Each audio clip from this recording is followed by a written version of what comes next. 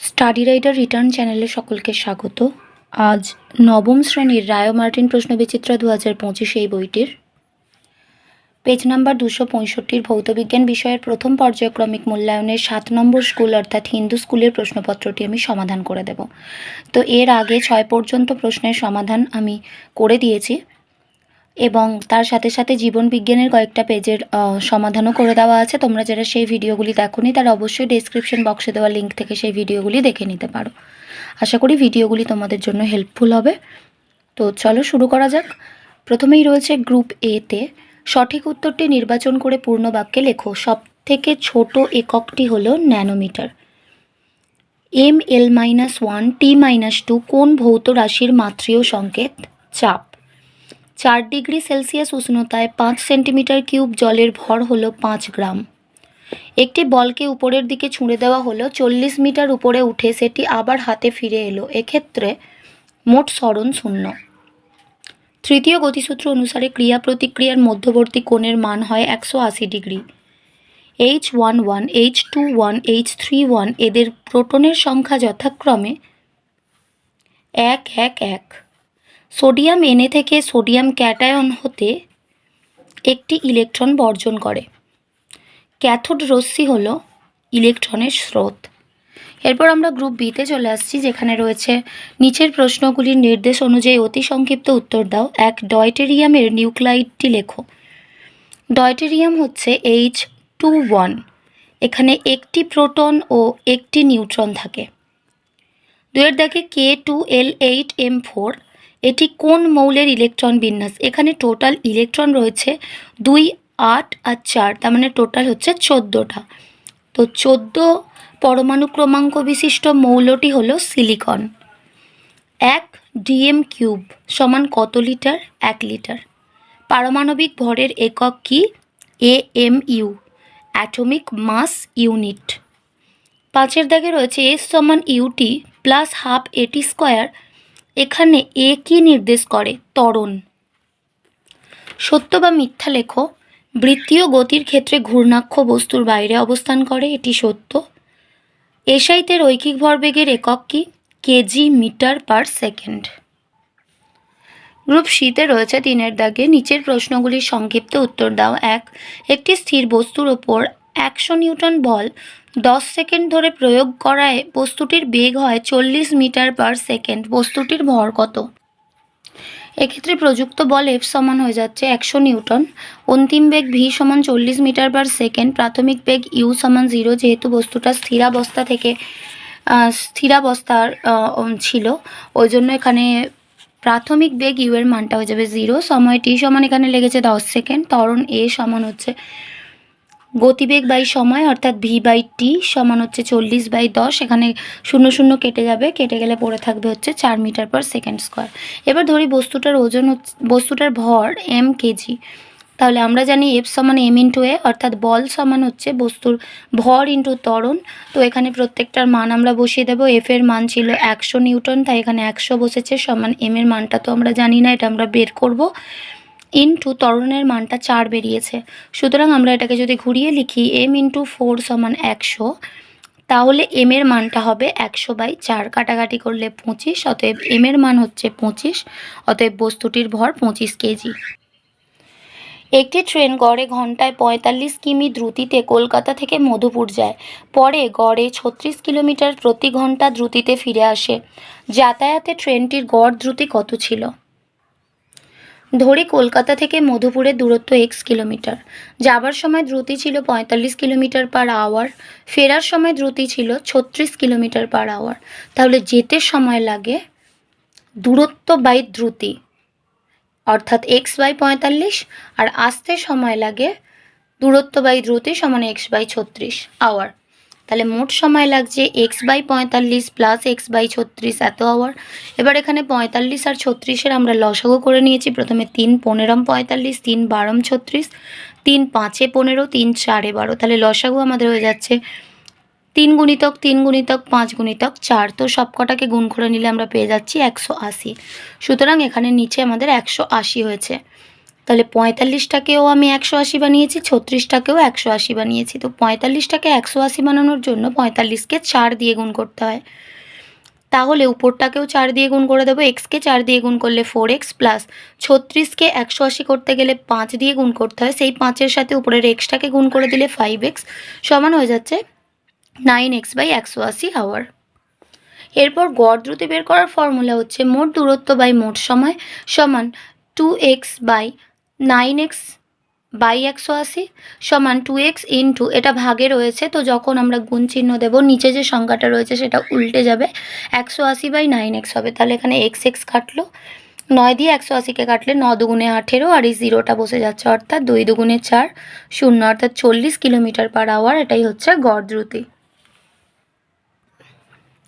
Newton ও ডাইনের মধ্যে সম্পর্কটি প্রতিষ্ঠা করো। 1 নিউটন সমান সমান 1 কেজি ইন্টু 1 মিটার/সেকেন্ড স্কোয়ার।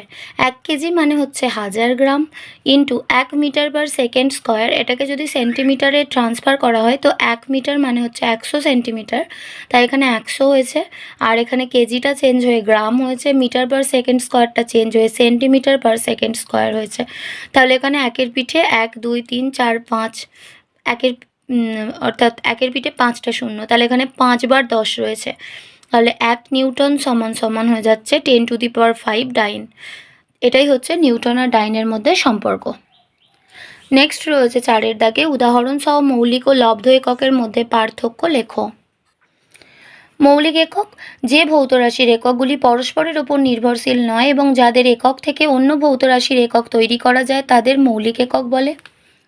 যে ভৌত রাশির এককগুলি সম বা ভিন্ন জাতীয় এক বা একাধিক মৌলিক একক দ্বারা গঠিত তাদের লব্ধ একক বলে। মৌলিক এককের উদাহরণ হলো দৈর্ঘ্য, ভর, সময়। লব্ধ এককের উদাহরণ হচ্ছে ক্ষেত্রফল, বেগ, বল ইত্যাদি। পরবর্তীতে রয়েছে 5-এর দাগে এক পার্সে কত আলোকবর্ষের সমান 3.26। 1 মিলিগ্রাম সমান কত কিলোগ্রাম 10⁻⁻6 কেজি। রাদারফোর্ডের আলফা কণা পরীক্ষায় আলফা কণার পরিবর্তে বিটা কণা ব্যবহার করা হয় না কেন? রাদারফোর্ডের আলফা কণা পরীক্ষায় বিটা কণা ব্যবহার করা হয় না কারণ বিটা রশ্মি অর্থাৎ বিটা প্রকৃতপক্ষে ঋণাত্মক আধানযুক্ত ইলেকট্রন কণার স্রোত, এর চিহ্ন E0-1।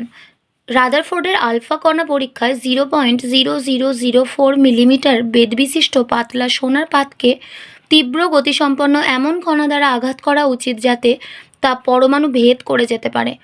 পরমাণুর কেন্দ্র ধনাত্মক তড়িৎগ্রস্ত হবার কারণে ঋণাত্মক বিটা কণা ব্যবহার করলে তা পরমাণুর কেন্দ্র দ্বারা আকৃষ্ট হবে এবং সবকটি বিটা কণা পরমাণুর কেন্দ্রে শোষিত হবে, ফলে পরমাণুর বেশিরভাগ স্থান যে ফাঁকা তা প্রমাণিত হবে না, অর্থাৎ পরমাণুর সঠিক গঠন সম্পর্কে ধারণা করা যাবে না। S2- এবং P3+ আয়নের ইলেকট্রন বিন্যাস লেখো। S2- এ মোট ইলেকট্রন সিলিকনের হচ্ছে 14, আর যেহেতু 2- মানে সে দুটো ইলেকট্রন গ্রহণ করেছে তাহলে টোটাল হচ্ছে 16। তাহলে এর ইলেকট্রন বিন্যাস হবে K কক্ষে 2টো ইলেকট্রন, L কক্ষে 8টা ইলেকট্রন এবং M কক্ষে 6টা ইলেকট্রন।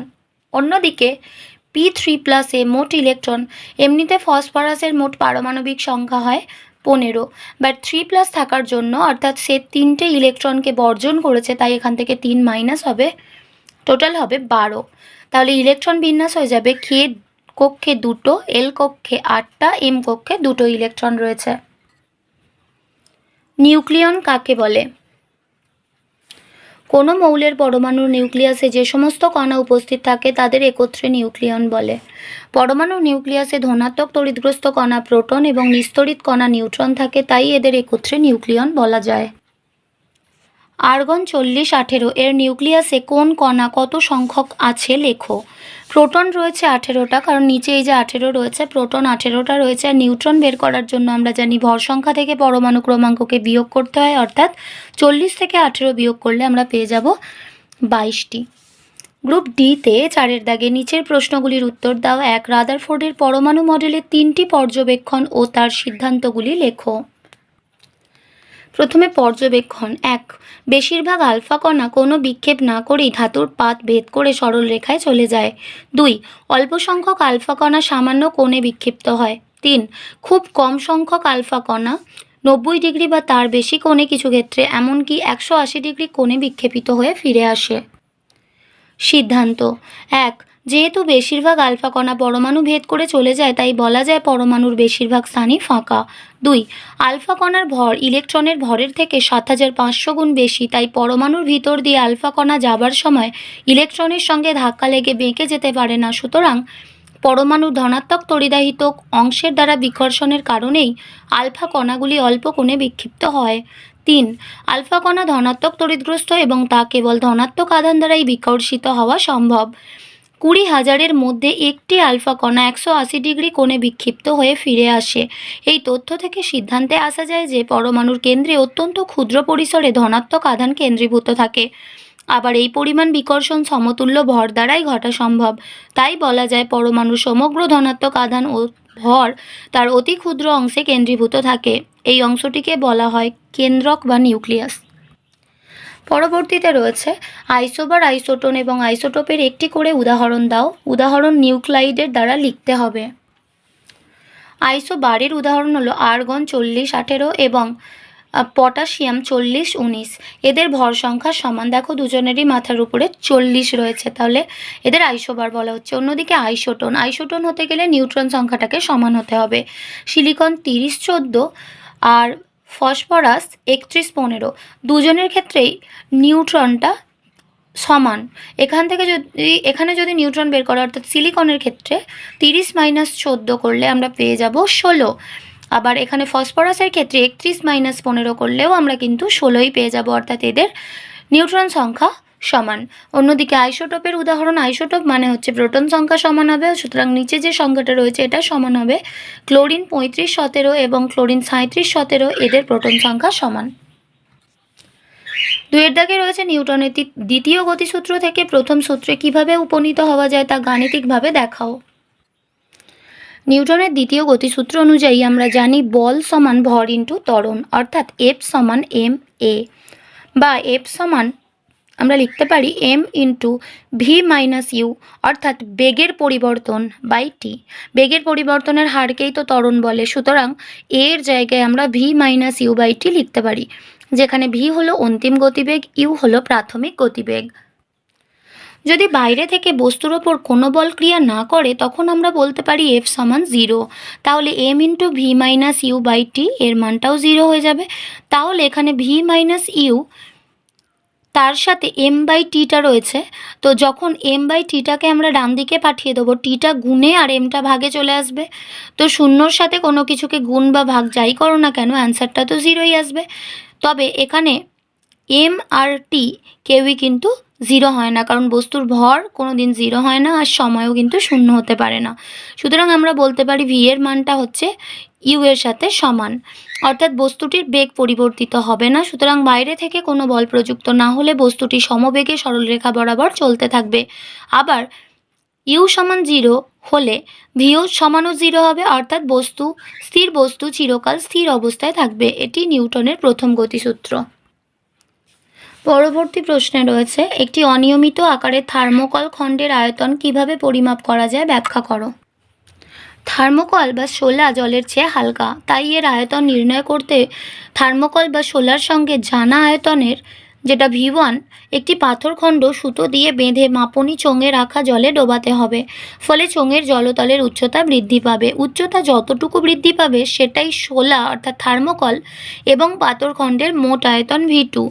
এর থেকে পাথরখণ্ডের আয়তন বাদ দিলেই থার্মোকলের আয়তন V2 - V1 পাওয়া যাবে। আজ এই পর্যন্ত। ভিডিওটি ভালো লাগলে অবশ্যই একটা লাইক দিও, আর পড়াশোনা সংক্রান্ত এরকম আরও ভিডিও পেতে আমাদের চ্যানেলটি সাবস্ক্রাইব করে পাশে থাকা বেল আইকনটি প্রেস করো, আর বন্ধুদের সাথে অবশ্যই শেয়ার করতে ভুলো না। ভালো থেকো, খুব তাড়াতাড়ি ফিরে আসছি নেক্সট ভিডিওতে। Thanks for watching.